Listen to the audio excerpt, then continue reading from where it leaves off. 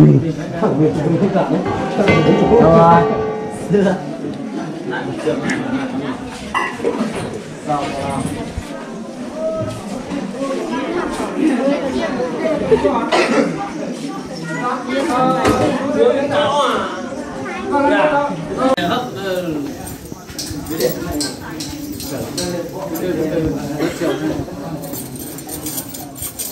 alo ạ à đấy đâu cái cửa nhà ấy nhà kia nhà bên này nhà cũ nhà mới bên này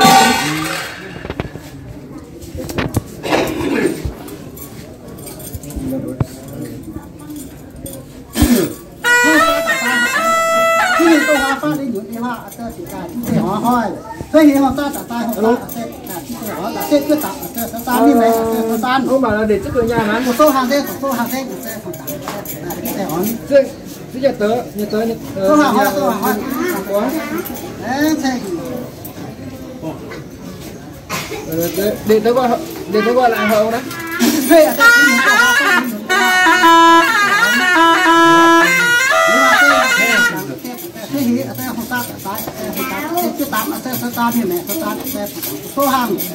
số hàng dê còn lại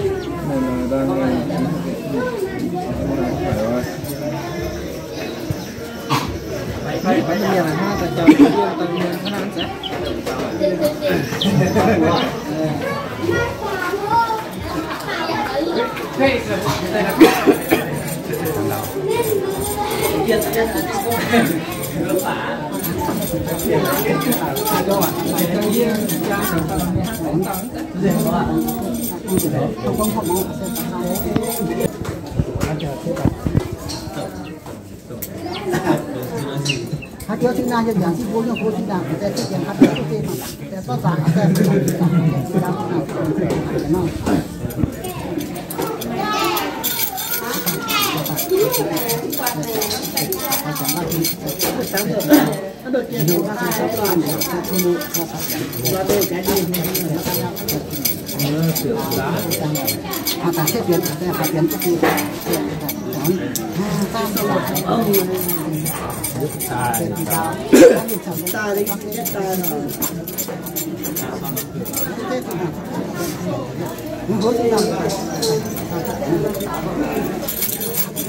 Hà Nam Sơn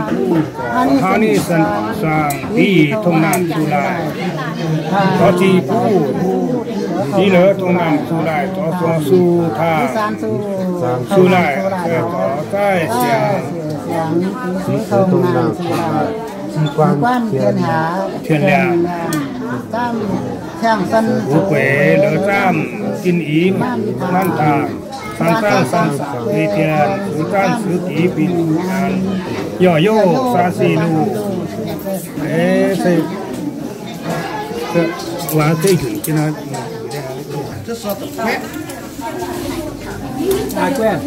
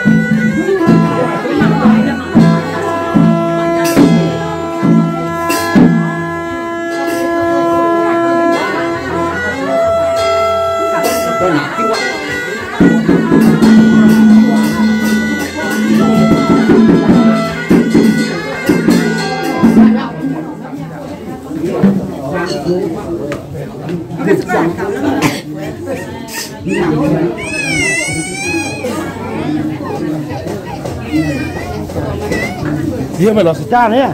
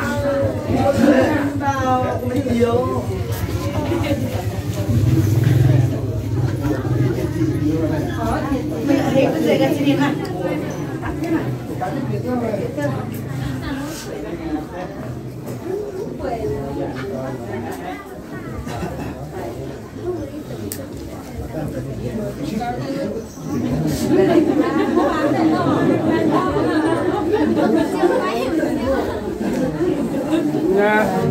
bà, nhà này có hiểu bà.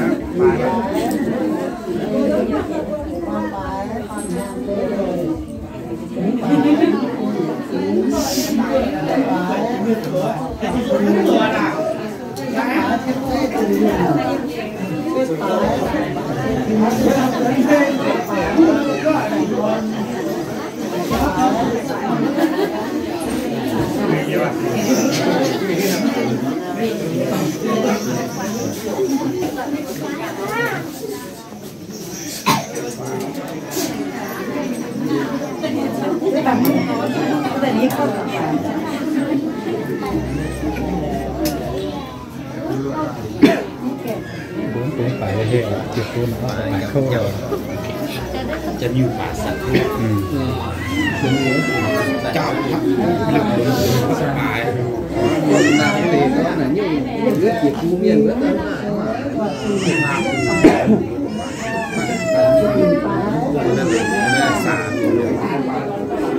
ปั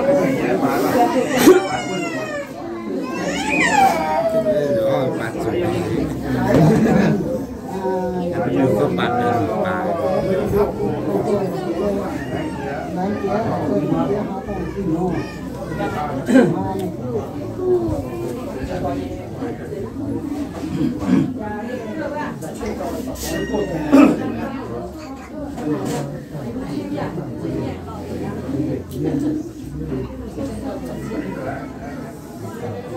ตายไปพูด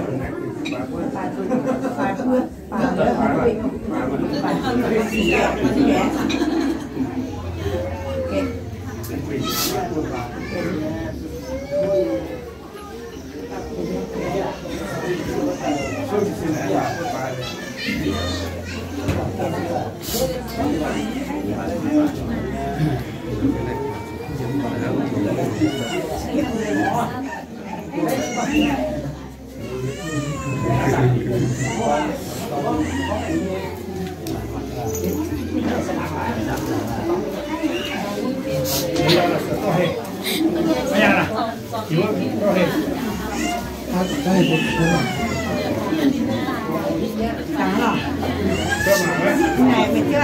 mà dán chụp khi đi ta dán chụp ngay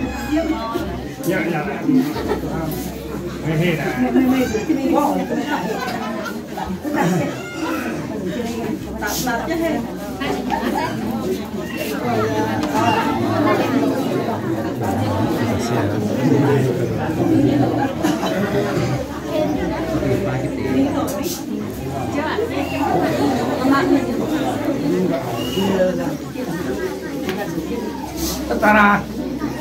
karena hot tanah sam. nha Mungkin tanah hot.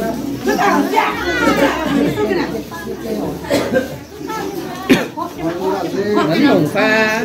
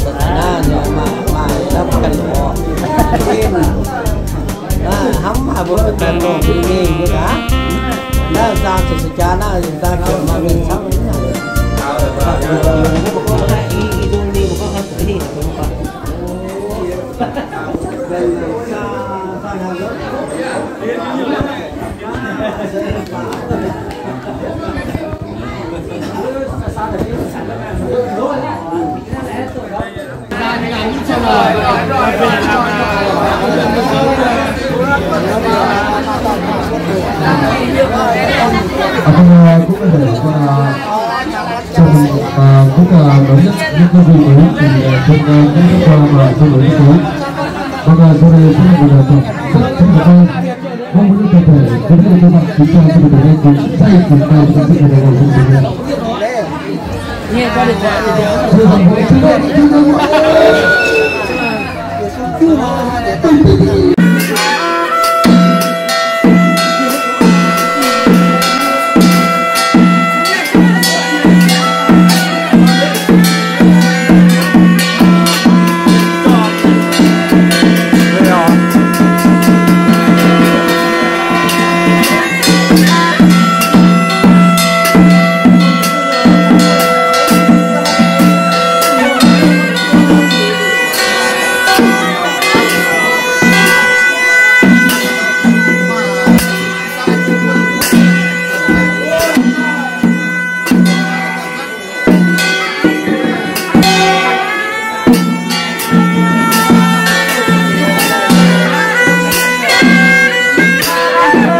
bỏ lỡ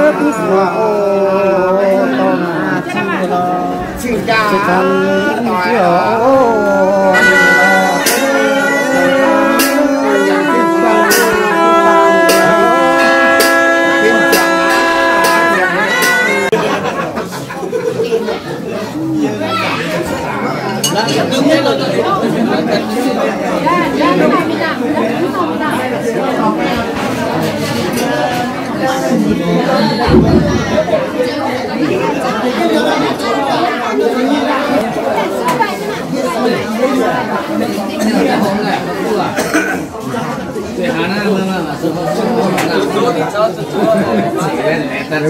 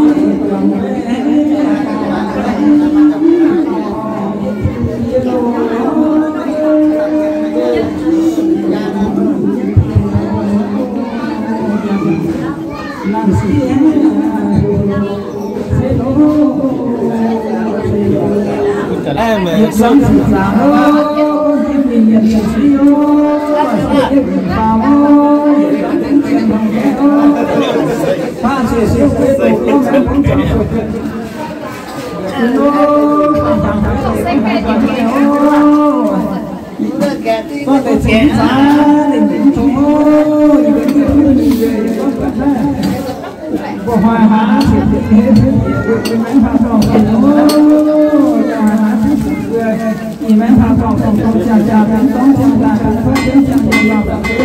hấp dẫn.